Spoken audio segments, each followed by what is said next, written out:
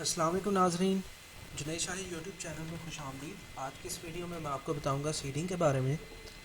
तो सीडिंग कहते हैं कि जब भी आपने किसी को कोई प्रोजेक्ट डिप्लॉय करके देना होता है तो आप चाहते हैं कि डिफ़ॉल्ट कोई कॉन्फ़िगरेशन वहाँ पे खुद ब खुद चली जाए, आपको मैनुअली ऐड ना करनी पड़े, तो आप उसको सीड कर देते हैं। सीडिंग बेसिकली प्रोसेस है कि डिफ़ॉल्ट वैल्यूज़ को आपने किस तरह से इंसर्ट करना है। ये मेरे पास प्रोजेक्ट है 3.1 डॉट नेट कोड। इसमें आइडेंटिटी इस्तेमाल हो रही है और इसके अंदर हम करेंगे सीडिंग।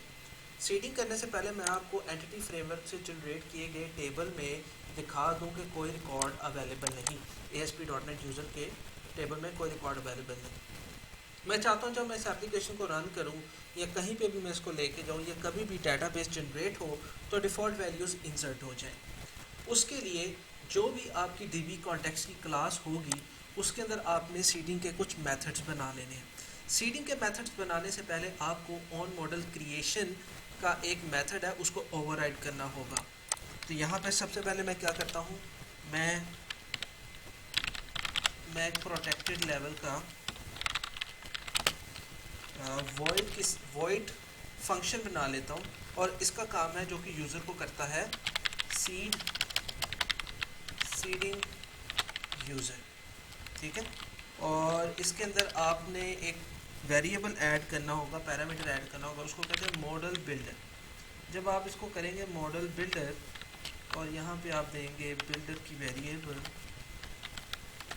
ये आपका एक बेसिक फंक्शन बन गया। अब क्योंकि हम इसको करेंगे ओवरराइड, क्योंकि ये ऑलरेडी इसको नहीं हम ओवरराइड करेंगे, इसको हम कहेंगे ऑन मॉडल। तो ये होगा ओवरराइड वॉइड। जैसे ही हमने ओवरराइड वॉइड लिखना है वो हमें बता देगा जी क्या इस किस्म का कोई ऑलरेडी एग्जिस्ट करता है कि नहीं करता। अभी हमें इंटेलिजेंस नहीं दे रहा तो हम इसको फुल बना लें।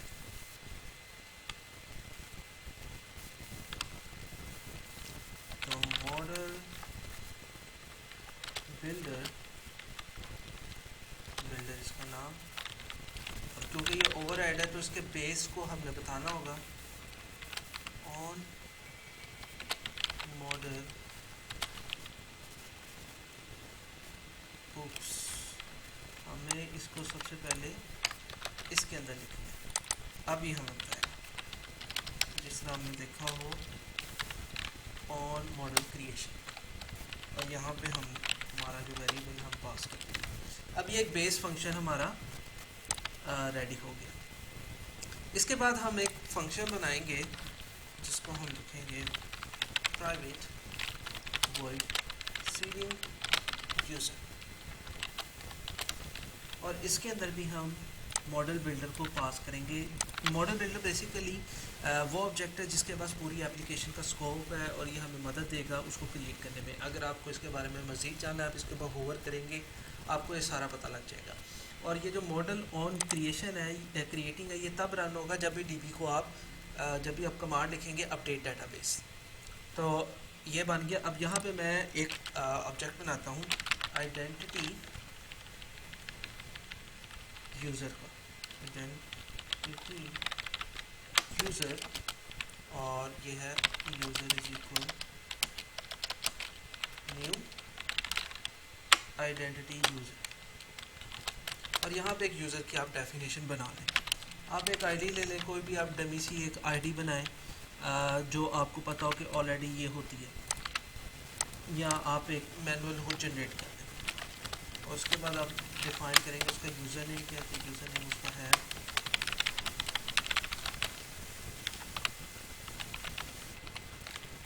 ठीक है, ये मैंने उसका यूज़र नेम जनरेट किया। उसके बाद आप उसकी ईमेल एड्रेस डिफाइन कर दें। तो मैं कहता हूँ यही इसकी ईमेल एड्रेस भी है। और अब अगर आपको पता हो ASP.NET यूज़र के अंदर तो आपने ये भी बताना होता है कि लॉकआउट अनेबल है कि नहीं, मतलब ये एक प्रोटेक्शन है कि आप इसको अनेबल रखते हो कि नहीं। मैं इसको फॉल्स कर देता हूँ। उसके बाद कोई फ़ोन नंबर मैं कह देता हूँ कि 00123, ये उसका एक फ़ोन नंबर हमने एक जनरेट करेंगे। अब ये हमारे पास एक सैम्पल रिकॉर्ड आइडेंटिटी का जनरेट हो चुका है। जो मैं चाहता हूँ बाय डिफ़ॉल्ट जब भी डेटाबेस अपडेट हो तो ये रिकॉर्ड वहाँ पे लाजमी हो। अच्छा, इसके बाद क्योंकि ये यूज़र है तो इसका पासवर्ड भी होगा, तो इसलिए पासवर्ड हैशर हम जनरेट करेंगे और उसके अंदर आइडेंटिटी यूज़र पास कर देंगे और पास ये हमारा एक हैशर बन गया न्यू, हम इसको करें पासवर्ड हैशर आइडेंटिटी यूज़र, ये हमारा बन गया।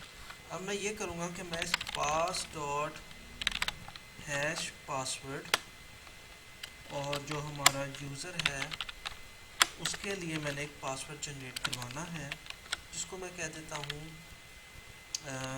admin123, ये पासवर्ड, और इसकी हैश बना के ये डीबी में स्टोर कर देगा। इसके बाद मैं अपने बिल्डर को कहूँगा कि ये जो मैंने अभी यूज़र जनरेट किया है रिटर्न टाइप दी और मैंने बताया डॉट हैज़ डेटा।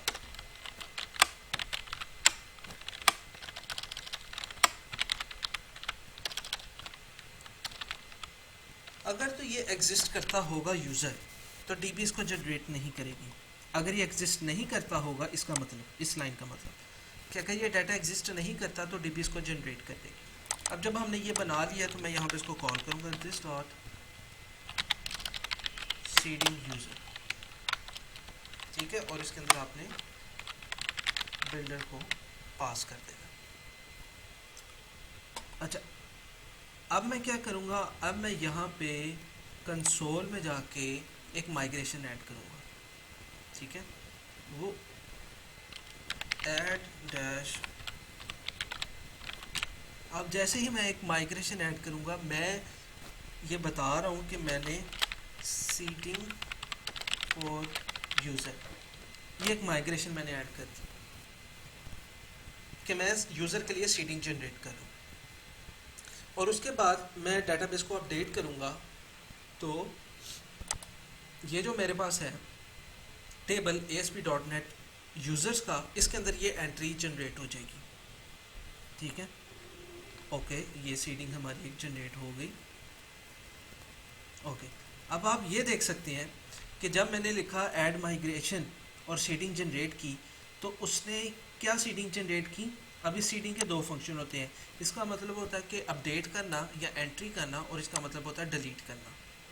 तो अपडेट में वो कह रहा है ASP.NET के टेबल में ये स्पेसिफिक डाटा कॉलम्स है और ये उनकी वैल्यूज़ है जो जनरेट करनी है।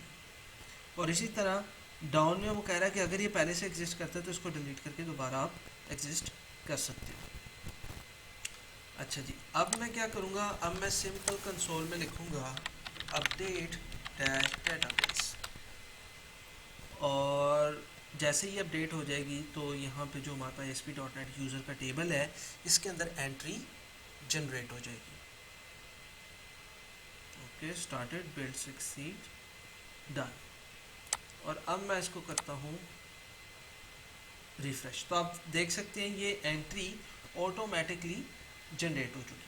अब अगर मैं इस एंट्री को डिलीट कर देता हूँ और मैं इस प्रोजेक्ट को कहीं और जाके या इसी जगह पे दोबारा इसको अपडेट डेटाबेस करूँगा तो ये एंट्री बाय डिफ़ॉल्ट जनरेट हो जाएगी। अब इसका सबसे बड़ा फ़ायदा ये होता है कि जब भी आप अपने प्रोजेक्ट को डिप्लॉय करते हैं तो आपको ये टेंशन नहीं होती कि आपने डाटा माइग्रेट करना है, क्योंकि ये जो ऐसा डाटा होता है जो कि कन्फिग्रेशनल डाटा होता है, आप उसकी सीडिंग कर लेते हो और जब भी आप कहीं पे इसको डिप्लॉय करते हो तो वहाँ पे सिर्फ आपने एक सिंपल कमांड चलानी होती है अपडेट डेटाबेस, और जैसे ही आप अपडेट डेटाबेस की कमांड चलाते हो तो जितनी भी आपकी डिफ़ॉल्ट कन्फिग्रेशंस होती हैं, सीडिंग्स होती हैं, वो ऑटोमेटिकली वहाँ पे जनरेट हो जाती है। इसकी एग्जांपल ये है कि आपने अक्सर वर्डप्रेस अगर देखी हो या वर्डप्रेस के बारे में आपको पता हो, जब भी आप कहीं पे जाते हैं या वर्डप्रेस इंस्टॉल करते हैं तो WordPress same theme same configuration किस तरह से उठा लेता है हर एक के लिए। उन्होंने अपने कोड के अंदर सीडिंग लिखी हुई है, जब भी वो जाते हैं कहीं पे आप उसको डिप्लॉय करते हैं वो सीडिंग ऑटोमेटिकली बैकएंड में चल जाती है और सारा उनका जो कन्फिग्रेशनल डाटा है वो हर एक के लिए सेम होता है। अगर अब मैं ये प्रोजेक्ट किसी को भी दूँ और वो कहीं पे भी अपने कंप्यूटर में जाके सिर्फ अपडेट डाटाबेस एंटर करे तो हू बहू सेम रिकॉर्ड जनरेट हो जाएगा। तो मैं उम्मीद करता हूँ ये वीडियो आपके लिए इन्फॉर्मेटिव होगी। अगर आपका कोई भी क्वेश्चन है तो आप पूछ सकते हैं। नेक्स्ट वीडियो के लिए अल्लाह हाफिज़।